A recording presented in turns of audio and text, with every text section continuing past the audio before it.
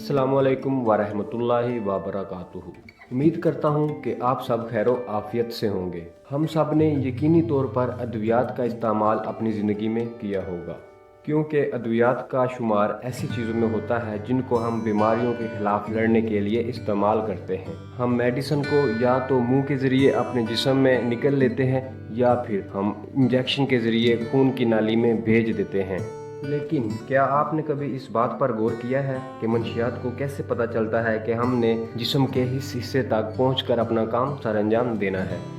Video में आगे बढ़ने से पहले मैं आप सब दोस्तों से एक रिक्वेस्ट करता हूं कि अगर आप इस चैनल पर नए हैं तो मेरे इस चैनल को सब्सक्राइब कर दीजिएगा और इस तरह की मुफीद और दिलचस्प वीडियोस को देखने के लिए बेल आइकन को भी प्रेस कर दीजिएगा। आप सब इस बात से बखूबी वाकिफ हैं कि ताला किसी भी किस्म का हो, उसको खोलने के लिए एक खास किस्म की चाबी का ही इस्तेमाल किया जाता है। बिल्कुल इसी तरह अद्वियात को भी डिज़ाइन ही इसी तरीके से किया जाता है कि वो सिर्फ और सिर्फ अपने एक मखसूस हदफ के साथ ही जुड़ सकें। किसी भी मेडिसिन का जिस्म में दाखिल होकर अपना काम मुकम्मल करने तक का सफ़र 4 मराहल से गुजरता है: एब्जॉर्प्शन, डिस्ट्रीब्यूशन, मेटाबॉलिज्म और एक्सक्रीशन यानी कि जिस्म से खारिज करना। अद्वियात को हम मुख्तलिफ तरह से जिस्म में भेज सकते हैं, जैसा कि गोलियां, कैप्सूल, सिरप वगैरह हम मुंह के ज़रिए निगल लेते हैं, जबकि कुछ ड्रग्स को हम सीधा खून की नाली में इंजेक्शन के ज़रिए भेज देते हैं। जिस्म में दाखिल होने के बाद मेडिसिन खुराक की नाली से होते हुए मैदे तक पहुंच जाती है। अब यहाँ से असल निज़ाम शुरू होता है। मैदे से दवाई को जिगर तक भेजा जाता है, जहाँ वो छोटे छोटे हिस्सों में डिवाइड होकर खून में शामिल हो जाती है। खून में शामिल होने के बाद मेडिसिन पूरे जिस्म में गर्दिश करती है और अपने खास किस्म के रिसेप्टर्स को तलाश करना शुरू कर देती है। अब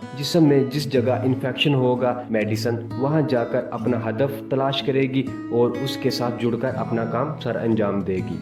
अब अगर हमने मेडिसिन का इस्तेमाल मैदे के दर्द के लिए किया है तो वो मैदे में ही अपने रिसेप्टर्स को ढूंढकर निशाना बनाएगी, और अगर हमने मेडिसिन का इस्तेमाल सर दर्द के लिए किया है तो वो खून की गर्दिश में आते हुए सर तक पहुंचकर अपने रिसेप्टर्स को ढूंढकर उनके साथ जुड़कर अपना काम सर अंजाम देगी। और अगर हमने किसी भी मेडिसिन का इस्तेमाल अपनी टांग दर्द के लिए किया है तो वो टांग में जाकर अपना काम मुकम्मल करेगी। मंशियात अपना काम मुकम्मल करने के बाद दोबारा खून की गर्दिश में आ जाती हैं और फिर कीमियाई तौर पर अपनी शक्ल को तब्दील कर लेती हैं। अपनी शक्ल को तब्दील करने के बाद वो पेशाब या पाखाने के रास्ते से होते हुए जिस्म से बाहर खारिज कर जाती हैं। उम्मीद करता हूँ कि आपको ये वीडियो ज़रूर पसंद आई होगी, और अगर आप इस तरह की मज़ीद इंफॉर्मेटिव वीडियोज़ को देखना चाहते हैं तो इस चैनल को सब्सक्राइब कीजिएगा। और अगर किसी भी किस्म का कोई सवाल हो तो वो कमेंट बॉक्स में अपना सवाल ड्रॉप कर सकता है।